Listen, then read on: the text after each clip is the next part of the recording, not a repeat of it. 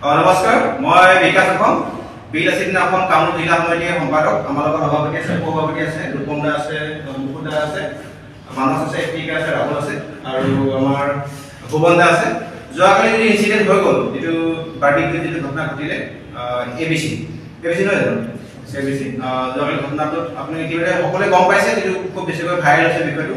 সেই বিষয়টো লৈ পেলাই আমি তেওঁলোকৰ কথা পাতিছিলোঁ যে এই বিষয়টো এনেকুৱা নোহোৱাৰ আগত তোমালোকে আহা, যে অসমবাসীৰ ওচৰত আহি পেলাই তোমালোকৰ যিখিনি ভুল হ'ল তোমালোকে এষ্টাব্লিছ কৰাহি। চ' গতিকে আমাৰ লগত আছে তেওঁলোক, গোটেইকেইজন ব্যক্তি আহিছে আমাৰ লগত।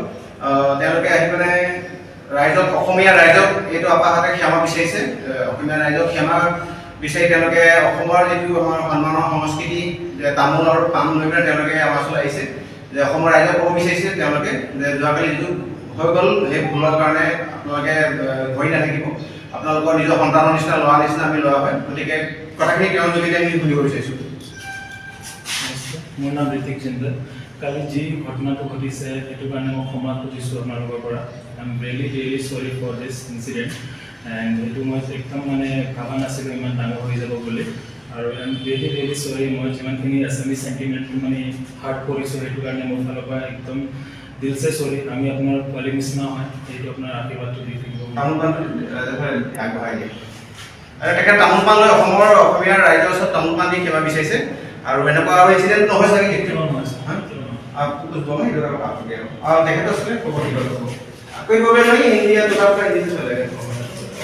मैं सॉरी बोलता हूँ सबको। कल बस जो भी हुआ मिसअंडरस्टैंडिंग के लिए हो गया, हमारा ऐसा कुछ था नहीं, हमने तो कुछ बोला नहीं, सब मतलब उसके लिए हमें माफ करना होगा। किसको बोलना है? ओके, धन्यवाद। সকলো ৰাইজে তেখেতক ক্ষমা বিচাৰিছে অসমবাসীক। গতিকে ৰাইজে কথাটো বিচাৰ কৰিব। আৰু বিল আছিল না অসম যেতিয়ালৈকে আছে, এতিয়া কোনো কাৰণত এনেকুৱা মিছআণ্ডাৰষ্টেণ্ডিং হওক বা অসমৰ খিলঞ্জীয়া অসমীয়া হওক বা অসমীয়া হওক, এতিয়া কোনো কাৰণত এনেকুৱা অপমানিত হ'বলৈ নাপায়। গতিকে আমি তেওঁলোকৰ লগত আলোচনা কৰোঁ। তেওঁলোকে ক'লে আপোনালোকে আমাক এনেকৈ ৰাজহুৱাভাৱে হওক বা এনেকৈ আপোনালোকে অফিচলৈ মাতিলেও আমি যাম। তেওঁলোকে অফিচলৈ আহি মানে বিষয়খিনি অৱগত কৰিলে। গতিকে ইয়াৰ যোগেদি, ভিডিঅ'টোৰ যোগেদি অসমবাসী তেওঁলোকে ক্ষমা বিচাৰিছে। আপোনালোকে বিষয়খিনি নিজে বিচাৰ বিবেচনা কৰিব। আশা কৰোঁ আপোনালোকে শুদ্ধ পথত মাত দিব। ধন্যবাদ। জয় অসম। জয় অসম। কোৱা এবাৰ জয় অসম বুলি। জয় অসম। জয় অসম। জয় অসম।